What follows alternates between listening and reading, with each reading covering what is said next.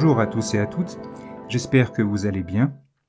L'Abhidhamma dans la vie quotidienne, chapitre 10, le premier citta dans la vie, la première conscience dans la vie.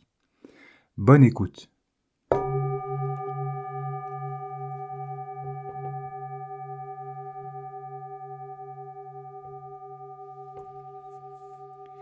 Sans cesse, il y a des consciences, des cittas, qui connaissent des objets différents par les sens et par la porte du psychisme.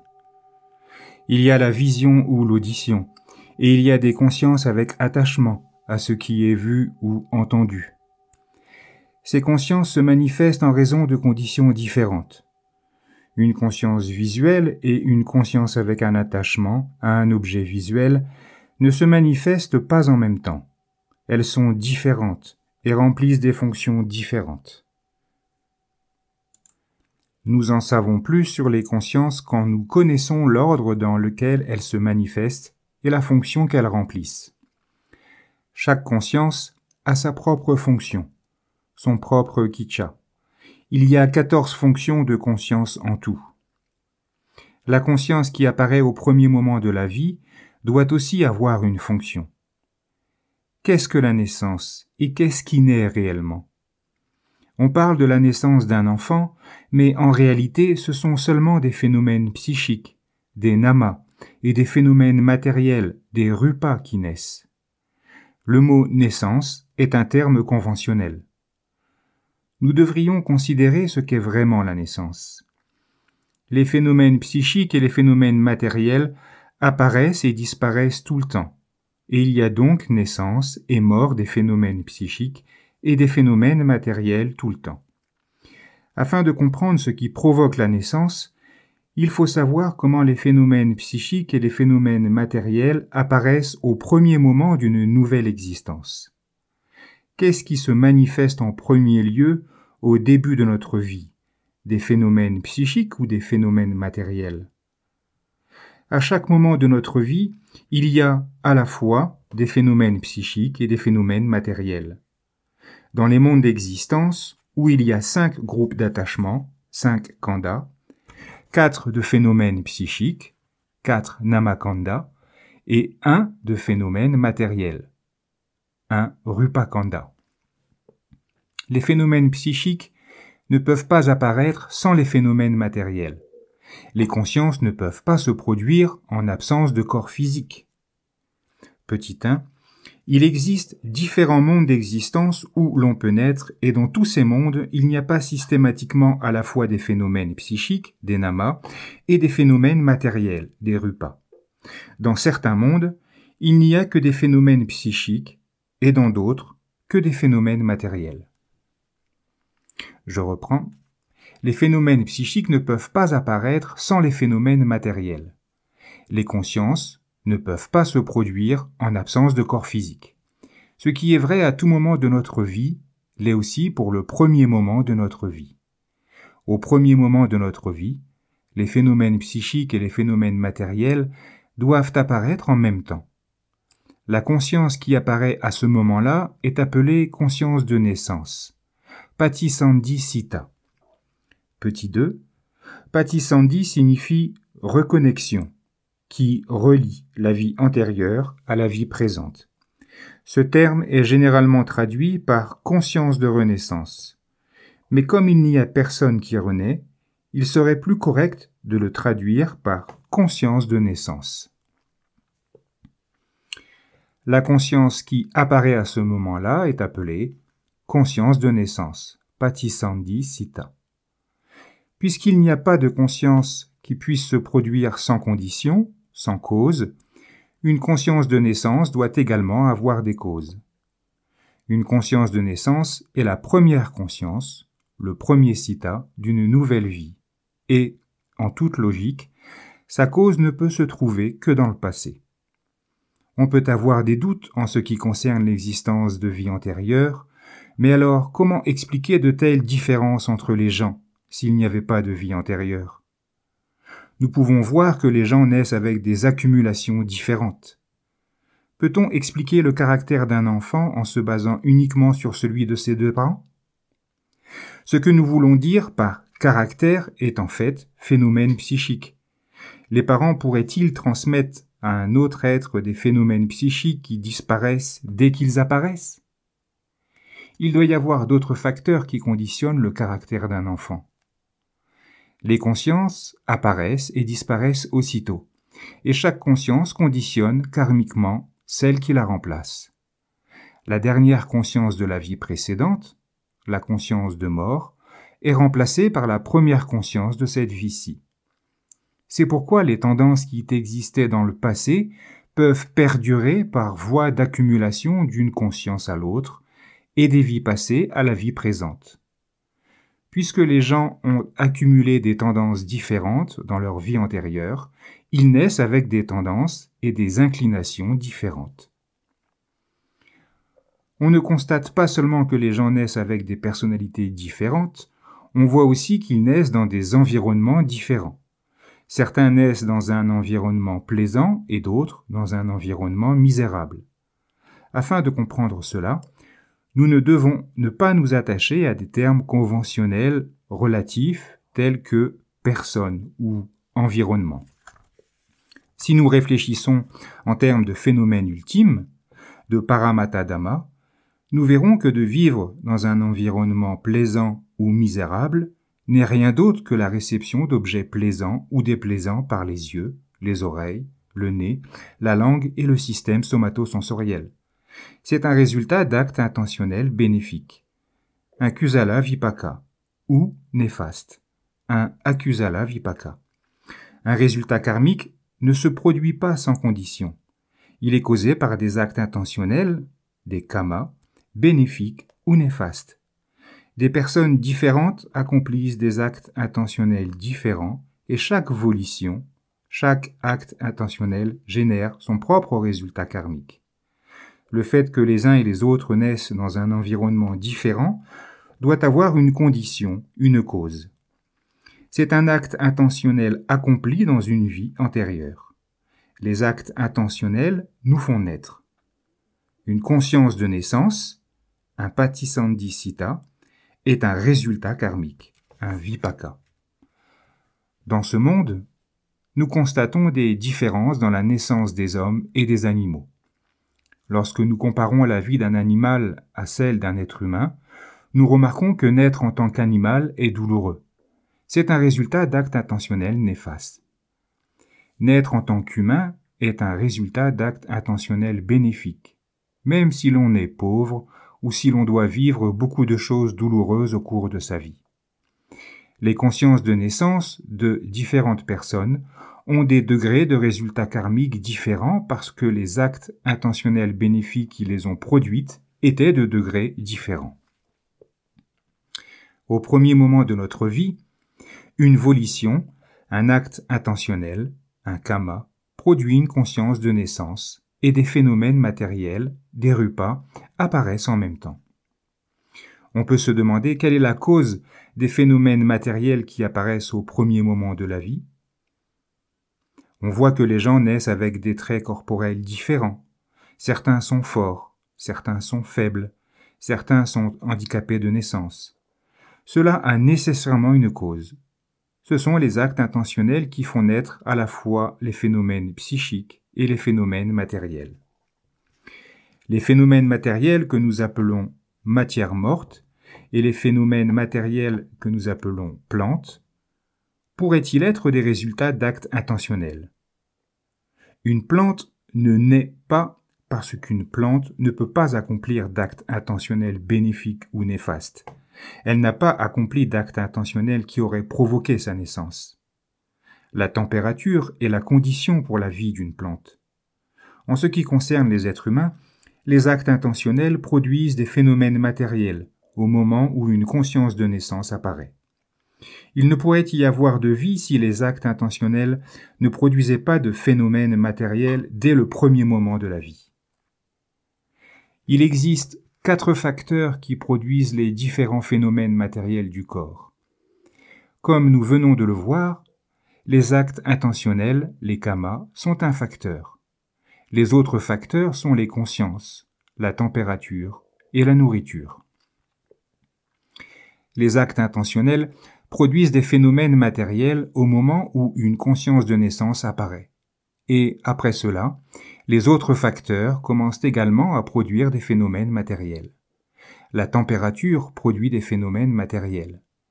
S'il n'y avait pas une bonne température, une nouvelle vie ne pourrait pas se développer. La température produit des phénomènes matériels tout au long de notre vie. Dès que la conscience de naissance a disparu, une nouvelle conscience apparaît qui commence, elle aussi, à produire des phénomènes matériels, comme le font les consciences tout au long de notre vie. De plus, la nourriture produit des phénomènes matériels pour que le corps puisse grandir, et elle continue également de le faire tout au long de notre vie. Ainsi donc, nous voyons que ce sont ces 4 facteurs qui produisent les phénomènes matériels. En ce qui concerne les phénomènes matériels qui ne sont pas corporels mais extérieurs, comme la matière morte ou végétale, ceux-ci sont produits uniquement par la température. Les actes intentionnels produisent des phénomènes matériels, non seulement au premier moment de la vie, mais aussi pendant toute la durée de celle-ci.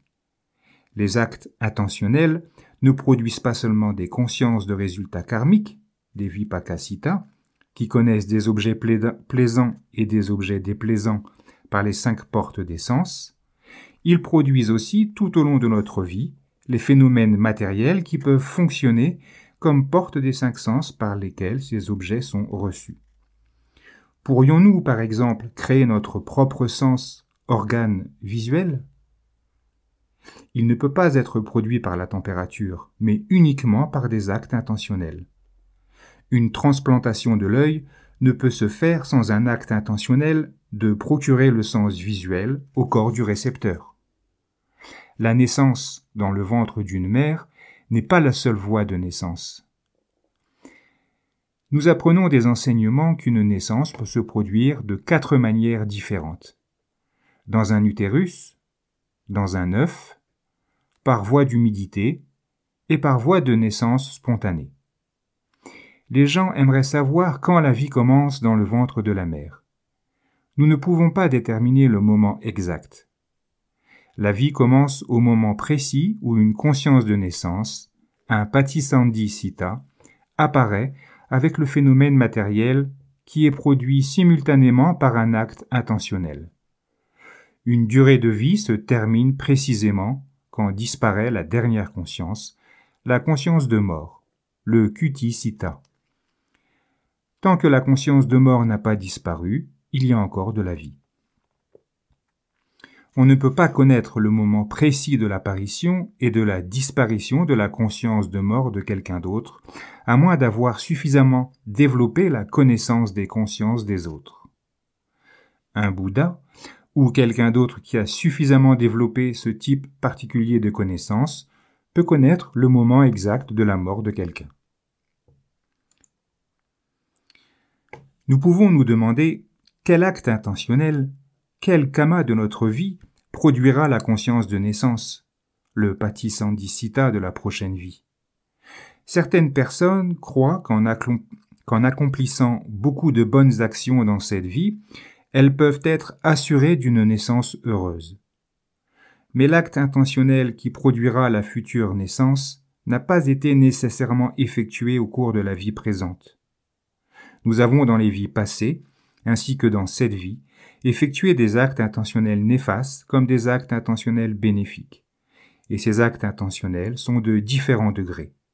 Certains produisent des résultats karmiques dans la même vie que celle au cours de laquelle ils ont été effectués, et d'autres sous la forme de conscience de naissance de la prochaine vie, alors que d'autres encore produisent des résultats karmiques dans le courant d'une vie future. Nous avons accompli des actes intentionnels dans des vies antérieures qui peuvent produire une naissance, mais qui ne sont pas encore arrivés à maturité. Nous ne pouvons pas savoir quel acte intentionnel produira notre prochaine naissance. Si un acte intentionnel néfaste, un akusala kama, produit la naissance de la prochaine vie, il y aura une naissance malheureuse. Dans ce cas, les consciences qui apparaissent peu de temps avant la conscience de mort sont des consciences néfastes, et elles connaissent un objet déplaisant.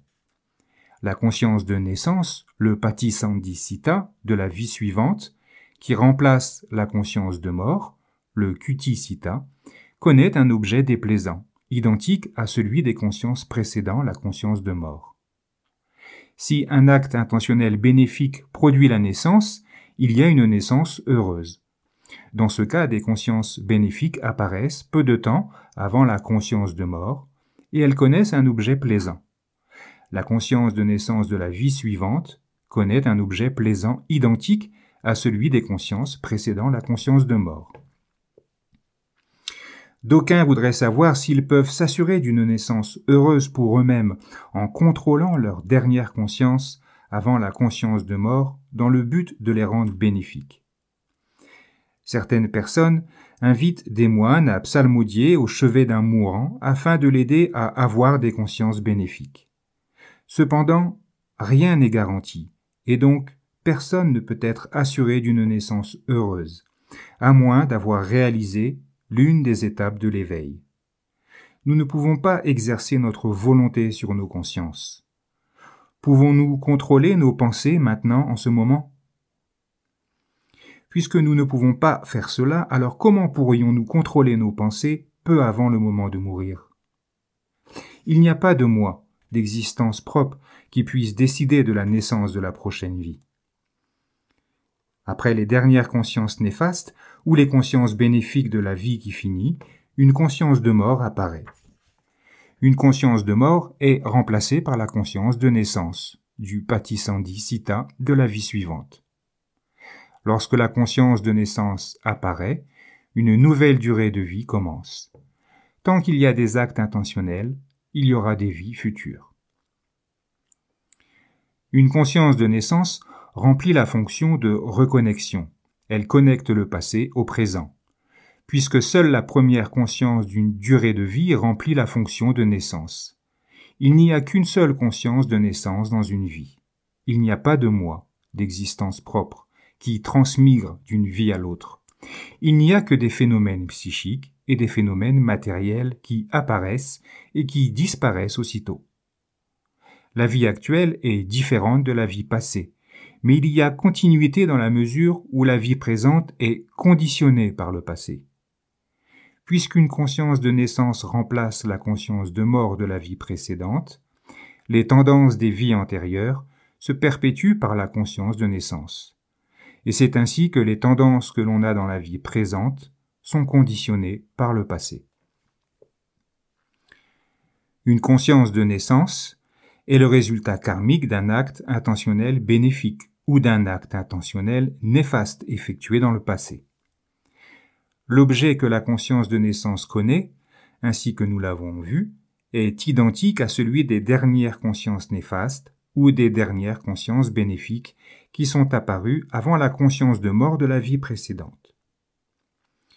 Le Visuddhimagga 17-164-168 explique par des comparaisons que, bien que le présent soit différent du passé, il y a continuité. L'être qui naît n'est pas le même que l'être de la vie passée, mais il est conditionné par le passé. Là n'est ni identité absolue, ni identité absolue, ni altérité absolue, comme l'explique le Visuddhimagga. Nous lisons à propos de la conscience de naissance, le Pasantisiddha, un écho ou l'équivalent fournit, ici, des images, une relation, dans la continuité, réfute, identité et altérité. Comme l'illustration de cette conscience, prenons des choses telles qu'un écho, une lumière, l'empreinte d'un sceau, une image dans le miroir, en raison de ce que ces choses n'existent pas maintenant, en provenance d'une existence antérieure, et de ce qu'elles existent maintenant, en raison de causes qui sont incluses dans une existence antérieure. Exactement comme un écho, une lumière, une impression de sceau, et une ombre ont respectivement le son, etc. Pour cause et viennent à l'existence, sans ensuite s'en aller ailleurs. Ainsi en est-il de toute conscience. Et avec le courant de la continuité, il n'y a ni identité, ni altérité. parce que s'il y avait une identité absolue, dans un courant de continuité, il n'y aurait pas de formation de caillé à partir du lait. Et pourtant, s'il y avait une altérité absolue, le caillé ne pourrait pas être un dérivé du lait. Et il en va de même pour toutes les choses provoquées par la causalité, de sorte que ni l'identité absolue, ni l'altérité absolue ne sont recevables ici. On est heureux de naître si l'on ne se rend pas compte que la naissance est un résultat karmique et que l'on restera dans le cycle de la naissance et de la mort tant qu'il y aura des actes intentionnels, des kamas. Ne pas voir les dangers de la naissance est de l'ignorance. En ce moment, nous sommes dans le monde humain, mais tant que nous n'avons réalisé aucune étape de l'éveil, nous ne pouvons pas être certains qu'il n'y aura pas de naissance dans l'un des mondes de très grande souffrance. Tous, nous avons produit tant d'actes intentionnels néfastes et tant d'actes intentionnels bénéfiques dans nos différentes vies. Qui sait lequel de ces actes intentionnels produira la conscience de naissance de la prochaine vie, même si nous continuons à faire de bonnes actions? Certaines personnes pensent que la naissance dans un monde céleste est souhaitable, mais ils ne réalisent pas que la vie dans un monde céleste ne dure pas, et que, une fois cette vie céleste terminée, un acte intentionnel néfaste précédemment effectué peut produire une conscience de naissance dans un monde de très grande souffrance. Nous lisons dans le discours sur les fous et les sages, discours de longueur moyenne 329, que le Bouddha, alors qu'il séjournait dans le bosquet de Jeta au monastère d'Anathapindika, a parlé aux moines des souffrances de l'enfer et des angoisses de la naissance animale. Le Bouddha a dit: dans bien des exposés, pourrais-je, moine, parler de la naissance des animaux, mais ce n'est pas facile de la décrire dans son intégralité, moine, tant sont nombreuses les angoisses de la naissance animale. Moine, c'est comme un homme qui aurait jeté dans la mer un joug percé d'un trou. Le vent d'est l'aurait emporté vers l'ouest. Le vent d'ouest l'aurait emporté vers l'est. Le vent du nord l'aurait emporté vers le sud. Le vent du sud l'aurait emporté vers le nord.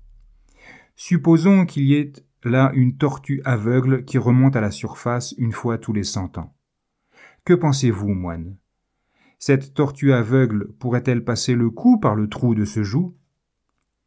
Si tel était le cas, vénérable, ce serait seulement une fois au cours d'une longue période.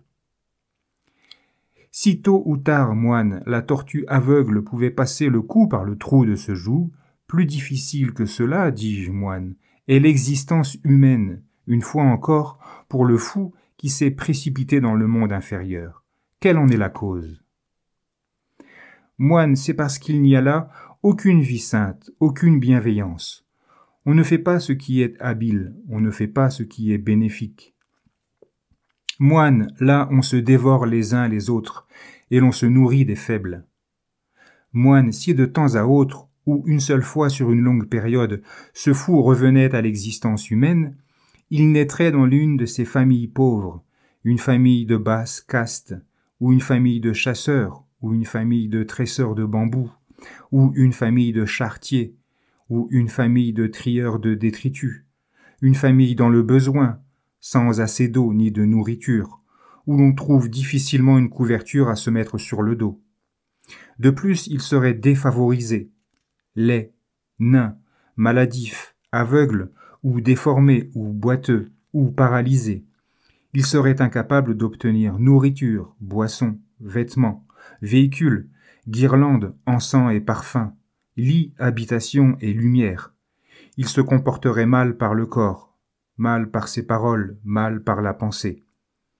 Et parce qu'il s'est mal comporté par le corps, la parole et la pensée, à la dislocation du corps après la mort, il se présenterait dans les voies douloureuses une mauvaise naissance, le monde inférieur, l'enfer, Niraya. Ceci, moine, est l'existence de l'insensé, accomplie dans son intégralité. Le Bouddha a parlé des dangers de la naissance de différentes manières. Il a dit que la naissance est souffrance, dukkha. Elle est suivie de la vieillesse, de la maladie et de la mort. Il a souligné l'aspect répugnant du corps et il a rappelé aux gens qu'en ce moment même le corps est souffrance, fugace et dénuée de moi, d'existence propre. Si nous continuons à prendre le psychisme et le corps pour moi, alors il n'y aura pas de fin au cycle de la naissance et de la mort. Nous lisons dans les textes courts thématiques de Nidana Vaga, chapitre 15, le début incalculable, paragraphe 10, une personne. Que le Bouddha, quand il était à Rajaga, au pic des vautours, a dit ceci aux moines. Incalculable est le début moine de ces existences. Le point le plus ancien du cours des existences des êtres n'est pas révélé. Être enveloppé par l'ignorance, entravé par la soif insatiable. Les os d'une seule personne, moine, qui poursuit le cours de ses existences depuis un éon, pourraient former un monceau, un amas, un tas aussi grand que le mont Vépula, du fait que le collectionneur de ces os et la collection n'ont pas été détruits. Comment cela est-ce incalculable est le début, moine de ces existences? Le point le plus ancien du cours des existences des êtres n'est pas révélé, être enveloppé par l'ignorance, entravé par la soif insatiable. Ainsi parlait le pleinement éveillé. Après que le bienheureux eut dit cela, il dit plus tard. Les os de tous les corps d'un homme, qui a vécu seulement un éon, ont été annoncelés en une montagne haute, dit le puissant voyant. Oui, estimée aussi haute que le mont Vipula. Au nord du pic des vautours, la roche fortifiée de Magadha, quand il voit avec une vue parfaite les nobles vérités, ce qu'est dukkha et comment apparaît dukkha, et comment dukkha peut être éradiqué. Le noble chemin octuple, le chemin pour apaiser tout malade, renaissant 7 fois au plus, un homme, pourtant durant son existence, brisant toutes les entraves, devient celui qui met fin à la souffrance.